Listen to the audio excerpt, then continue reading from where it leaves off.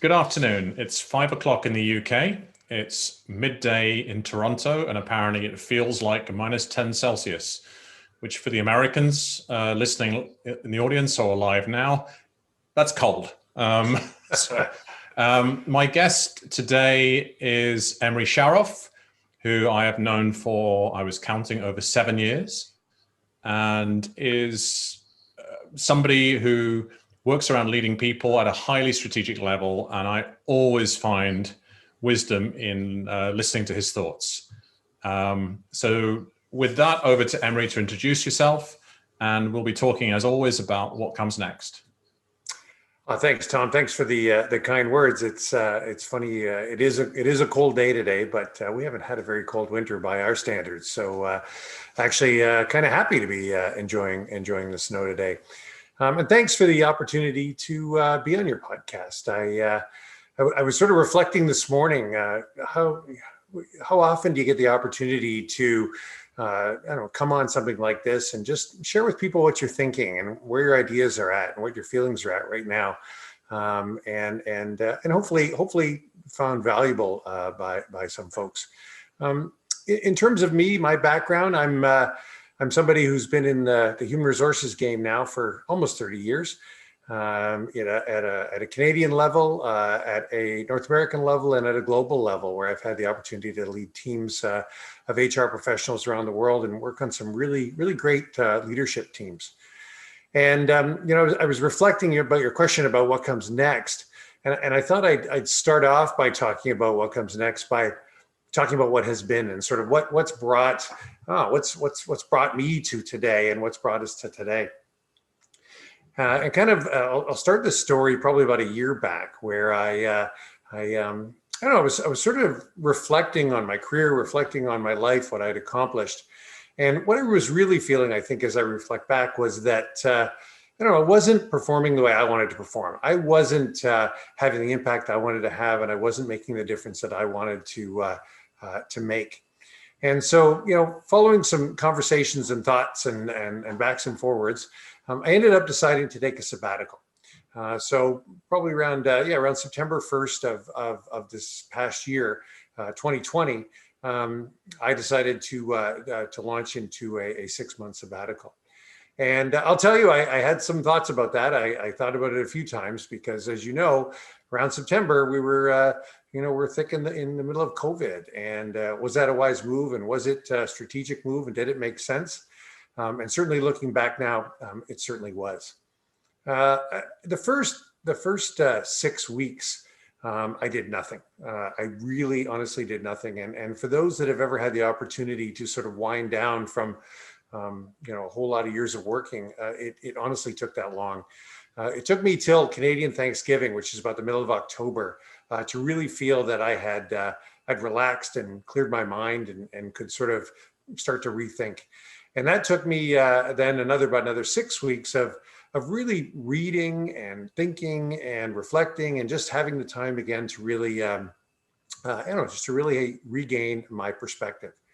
And then where I ended up was that come the end of November, early December, I decided to actually take some time and write my thoughts down. And I've spoken to so many people about journaling and just, what are you thinking about, and put them down on paper. And I did that. And I, as I talk about, or I come to talk about what comes next, I'd like to talk about some of those things. But before I do, one of the things I really want to acknowledge is how privileged and lucky I was to be able to do this. I realized that there are so many people that don't have this opportunity. In my brain, what I kind of did was I took this elusive retirement that's going to happen at some point, I don't know when, and I took 6 months of it and brought it forward. So that's kind of how I justified it in my mind. But again, though, I really do appreciate how lucky I've been to be able to do this. And I'll tell you, it's made a huge difference in terms of me regaining energy and feeling enthused again. And I also want to say that I'm not a scholar. I'm not a really big, deep thinker. I don't know that I even have any new ideas. What I think I have right now is just some clarity.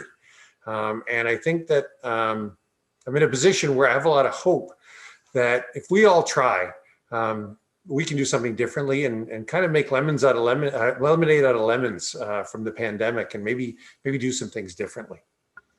So as I think about the reflections I had, you know, I thought that there have been two principles that have always guided my life. The first one is respect.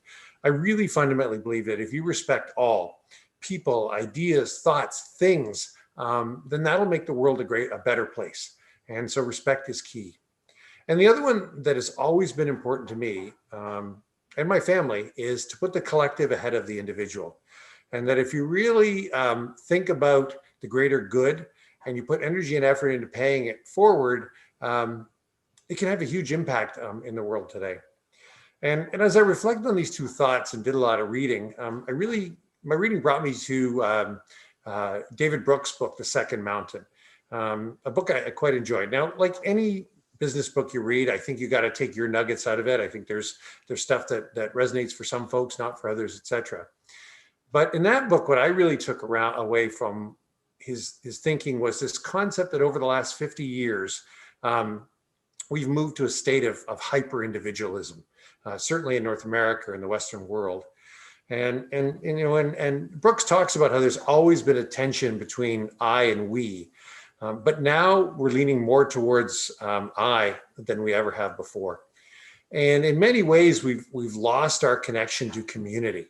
And of course, not everybody. There are a whole lot of folks that are actively involved in their communities and actively involved in making a difference. But so many folks have lost that sense of community. And then just yesterday, actually, I was listening to Brene Brown's podcast with Simon Sinek. I think it's a relatively new one. And of course, aside from the What Comes Next podcast, Tom, it was probably one of my favorite podcasts I've ever heard. And in this one, Sinek talks about his book, Developing an Infinite Mindset. And if you've had a chance to read that too, it just beautifully aligns with this exact same thinking. Mm-hmm. And so where my brain was going, or where my thinking or my reflection was that I think as leaders, we need to take the opportunity to focus on community. And we can define community. Community can be inside where we work. It can be the teams we lead. It can be outside our business. But I really think we have to focus back on community and the people that are part of that community. And then also going back to the Sinek piece is developing that infinite mindset, thinking bigger than just the finite, thinking more than just, I don't know, the quarter or the metric or the report. And if you listen to Sinek, he says those things are all important, and they certainly are. But I think we have to think bigger than that. And I really think that it sounds easy in so many ways, but business today doesn't have the norms and cultures for this. Those are not the things that people are rewarded for. And I think we really need to do things differently. I read a really great report in the fall as well from the Canadian Centre for the Purpose of the Corporation, which I really, really liked. And I'd actually like to share it if I can. I'm going to read it. Basically, it said that the overwhelming majority, 81% of Canadians, recognize that businesses and corporations play a vital role in the economy by creating jobs, fostering innovation, and providing essential goods and services. With that said, the majority of Canadians, 55%, believe capitalism should be reformed so that it's more inclusive, fairer, and more sustainable. Less than half, 48%, indicated that business is a force for good within society. So I think that's a pretty bold statement that certainly has come out from this research in Canada. And I think it's a time for us to stop and reflect. I mean, we're at some point going to be post-pandemic, or whatever the new normal is. And everything I read says that we've got to do things differently and there'll be a new norm. And I think in business, that's not just working from home. I think it's more than that, it's community. And I think as leaders, there are a bunch of things we can do. I think one we can do is rethink who our stakeholders are, who matters to us, who we trying to, achieve things for. I think we can redefine winning. I think that our definition of winning is too finite, and I think that we need to think bigger than that. I think we need to truly think about what inclusion means. A lot of organizations talk a good inclusion and diversity game, but I really think that the concept of inclusion and making inclusion needs to happen. I think we need to think community and think big picture. So again, I am, as I said earlier, I'm not a scholar, I'm not a writer, I'm nothing that. I'm just an individual that's I don't know, it's sort of been playing this HR game for a whole lot of years, and finally had a chance to stop and reflect and think. And so that's what I put down in paper, and that's what I stopped and wrote down. So no, that's kind of where my brain is at right now. And what comes next for me is, what can I do about that? How can I actually make a difference in that regard? What can I do within the scope of those that I impact and influence on a day-to-day basis? So I don't know, that's sort of where my brain's at right now.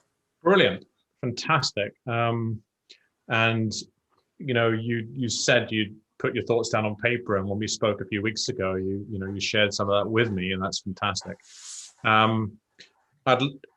You've said that a couple of times. You're not a scholar, a big thinker, not new ideas, more about clarity. But that's not really been my experience of talking to and working with you. You do have some great ideas. I used to work a lot in marketing many years ago, and I always had this thought that there's no such thing as an original idea. So I'm, when I have an idea, I first of all go and research it and see who else has done the academic research on it, because I'm not an academic either. But just to muse for a bit on that change, a couple of my own thoughts, then there is something you are, which many of the people who write about this are not, which is that you have 30 years career in business with some large and well-respected organizations, and in the corporate business world. I was just listening to one of my favorite podcasts today, which is David McWilliams, the Irish economist. And I'm an amateur economist. I'm enthusiastic. And he was welcoming on a guest there and said that, the beginning of her journey in promoting her thinking in her book about 3.5 years ago, she was speaking on a panel in a 16th century pub back room in Kilkenny, Ireland.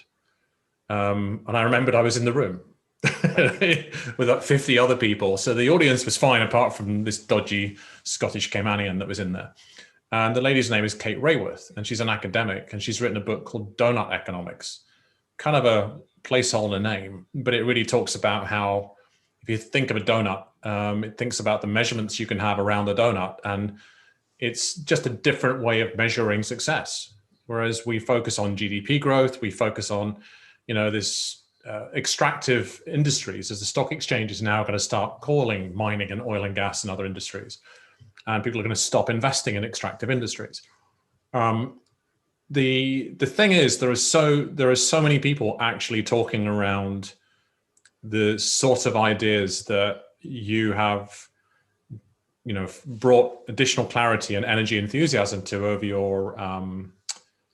I love your idea of bringing a few months of your retirement forward. It's a great idea when one can have the privilege to do so. But I think what's particularly interesting that I'd like to hear your views on is, you're not an academic.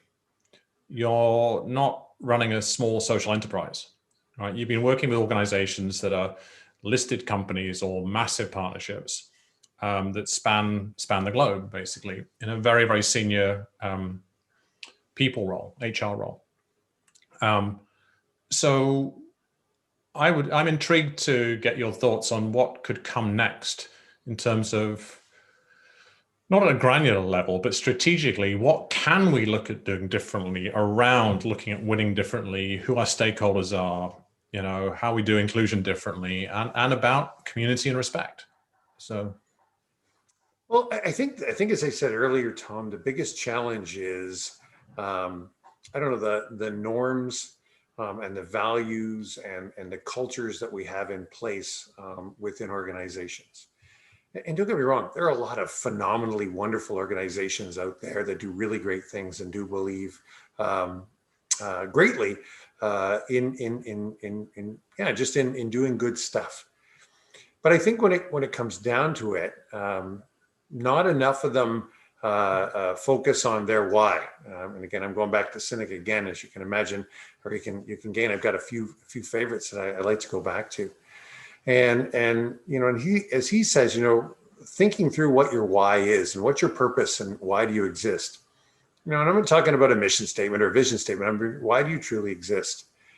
And I would argue that in many, many cases, in the majority of cases, and probably while there are folks that aren't this way, they're very much in a minority. Most organizations exist to turn a profit, to meet the needs of their shareholders, to create wealth, financial wealth for others. And again, that is important stuff. We need to do that. As my wife has said many, many times, capitalism is the best way we figured to create wealth.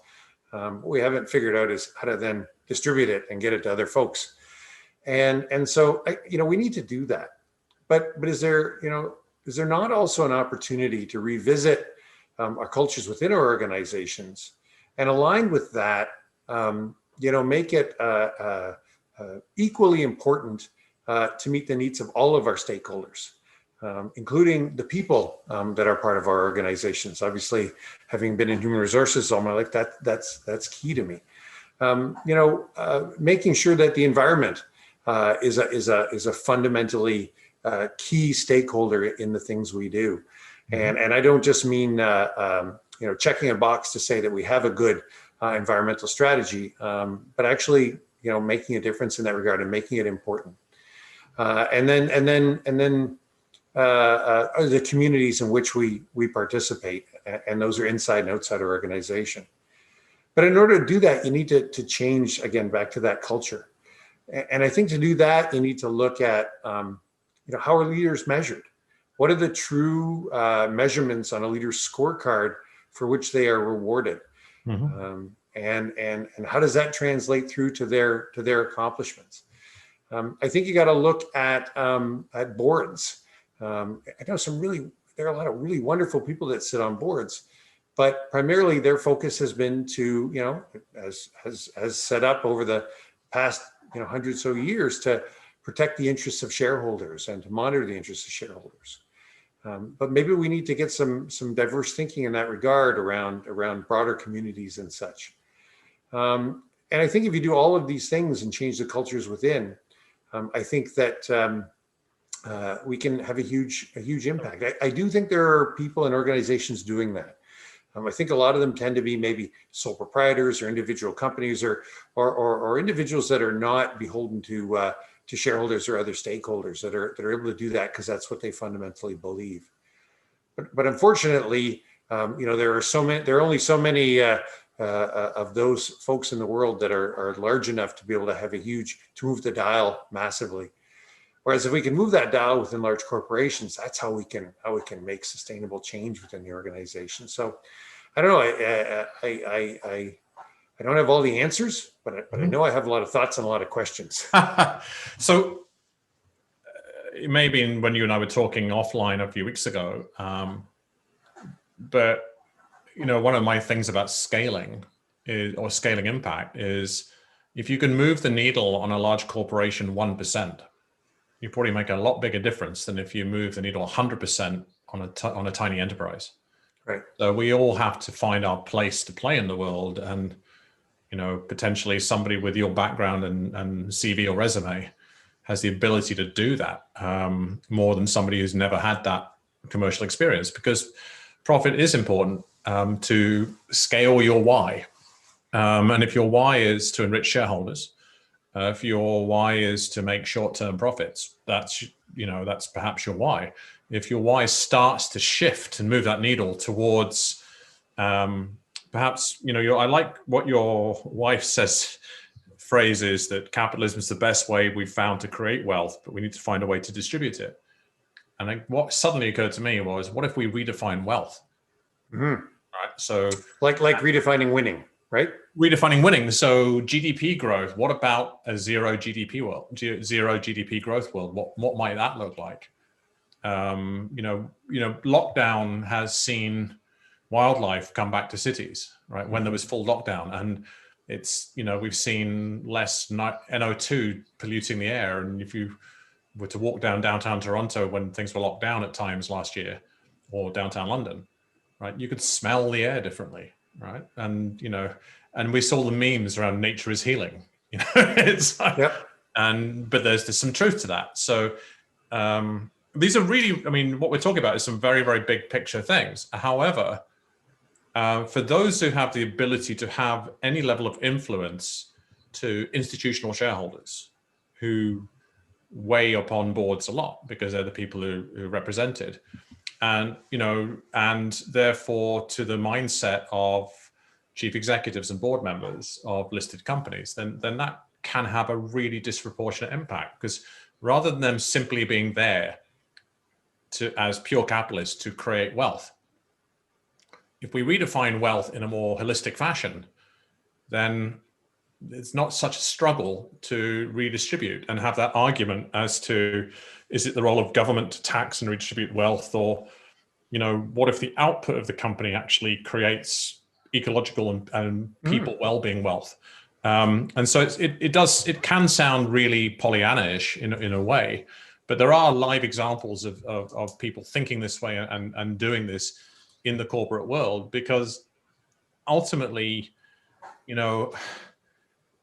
as I know you've discovered in far more experience than me, but I've led people in organizations as well and work with leaders all the time. It's a lot easier to get things done if your people are aligned and working in an environment and a culture that they're all aligned around. You just simply guide them, right? There's the phrase from the author of The Little Prince, which is, if you want to build a ship to cross the mighty oceans, I'm paraphrasing, you don't need to teach them how to build the ship. You simply need to teach them to yearn for the endless sea. Now, very poetic, but ultimately, if you put a strong enough, as Mr. Cynic says in his seminal talk, people don't buy what you do, they buy why you do it. Right. And I think the piece around, if we zero in on corporate culture, it's a lot easier. We talk about productivity numbers and how much do people bill and how many hours do they book and all this kind of stuff. But they're going to do that a lot more easily if they align with the company's why and there's a good working environment. And as you say, many companies are actually really, really good at this. And so the piece that needs to be shifted a little bit is the short-term metrics and the profit, et cetera, et cetera. And I was just talking to a leading person in the investment community the other day who's getting really tired of the fact that people constantly want presentations on their United Nations SDG goals or your environmental goals, right? But they still want to get the same return on shareholding, the same return on their investment. And what if those investors were happier, could actually be happy making a 4% return over inflation every year? Right. What kind of world would that look like, rather than private enterprise, private equity and venture capital wanting 20-25%? And even in sustainable corporates, or relatively sustainable, steady corporates, they want 10 to 15% every year. And your thoughts particularly, exactly. And these kind of, like you said, it might seem Pollyanna, but these kind of things aren't a pipe dream. They're not unattainable.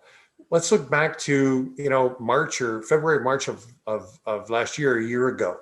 So many organizations globally didn't believe that their people could effectively work from home. They didn't believe that they had the technology or the I'll jump in. They didn't trust them to do it. Well, and that's where I'm going. But I also think they just didn't believe that they had the technology in some cases. Yeah.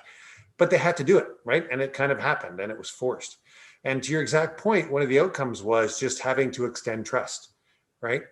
And back to your point about leadership and leading people, that's really what leadership's all about. It's just about trust. It's about trusting people to do what they say they're going to do.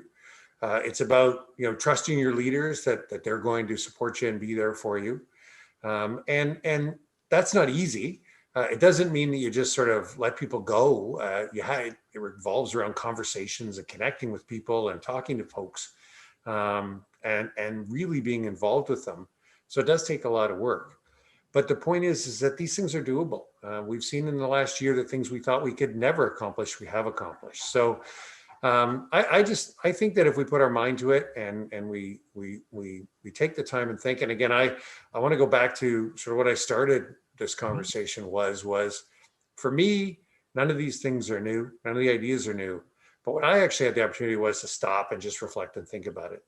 So if I was to say anything to any leader right out there that is lucky enough and privileged enough to have that time, or figure out a way to have that time to stop and think and reflect and think about really what really matters and what you as an individual can do about it, because we can talk all we want, but if we don't act, things won't change. So now for me, that's what's next is I got to figure out how to act and do some things differently. So that's fantastic. And as we have a few minutes to go, you've had the opportunity to stop, think, and reflect. You've gained some clarity. You've captured some thoughts, and quite powerful ones. For people listening to the podcast in the coming months, if there's leaders listening to this, do you have clarity on any particular nuggets or actions they can take? That, what would you zero in on? Gosh, I think that the hard part about that, Tom, is that everybody's so individual, right? Yeah.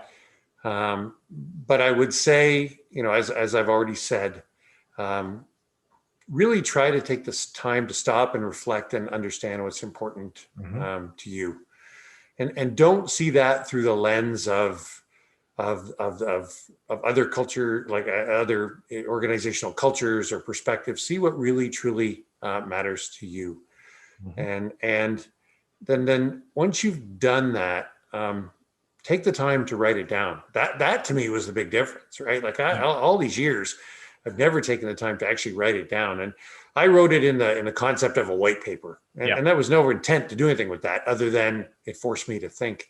So I think write that down. And then what I would say is, and this does come from experience and knowledge and confidence, is stay true to what you write down. As I think about what comes next for me, that's been the part that I've had to go back to a couple times is if I really, really feel these things and I really, really believe them, stay true to them and align what I do with them, because it is so easy in this world right now to focus on short term, to focus on what will get me to the next quarter, what'll get me through to the next week, what'll get me till the end of today. And so really staying true to what you write down is key. None of this is easy. None of it's simple. But I really do think if you do that, you'll be the true person that you are. You'll be able to be your whole self every day. And I do think that'll garner trust big time. Wow. I will choose to say what comes to mind from this is that what strikes me for a leader is to the essence of Socratic wisdom boils down to two words: know thyself. So sometimes the brave thing when we've been really, really busy for decades on end is to stop, think, and reflect about who we are and what we need and what's our personal why, what's our personal purpose. And all too often, when people are really busy and have loads of responsibilities with senior roles, that they don't stop to do that. But the value of that for the people they lead is that they can show up as an aligned whole person. So that's what you're saying is a very powerful and resonant thing. I'm glancing at your white paper on my screen as well, and this becomes the bit where I recognize and acknowledge you for the fact that you are a doer, right? You get things done, because it's not enough to just reflect and get clear for oneself, because beyond a certain level, that's wonderful. And it's not really having an impact, making a difference, words you used earlier. So I love the quote you finished off your white paper with, the Goethe quote, which is, knowing is not enough, we must apply. Willing is not enough, we must do. So yes, I am excited as you and I always talk every few months over time. And I'm excited to find out what you decide to do next, because you've got that in front of you. And as is my way of doing things now, I'll leave you with the final words, whatever comes to mind. Well, I think first of all, thank you for sharing that quote. I was going to, but I always can never pronounce his name correctly, so I was too embarrassed to do that. But yeah. I think that's what it is. I think know who you are, reflect on who you are, know who you are, write it down, and act upon it. And I think if we all do that, and if we think infinitely big picture, I think we can make a difference in this world. So let's give it a shot. Now's the time. Fantastic. Well, it's been a real privilege to hear your thoughts, and thank you so much for coming on. And enjoy what another Canadian friend of mine actually called recently is he encourages all of his thousands of people to make sure you get your sunshine hours every day in the winter. That's right. Yeah, I will. So I'd never heard that phrase, but in Canada, I guess it's particularly resonant with the short days. So enjoy your sunshine hours. Okay. Thank you very much, Tom. Have a great day. Cheers.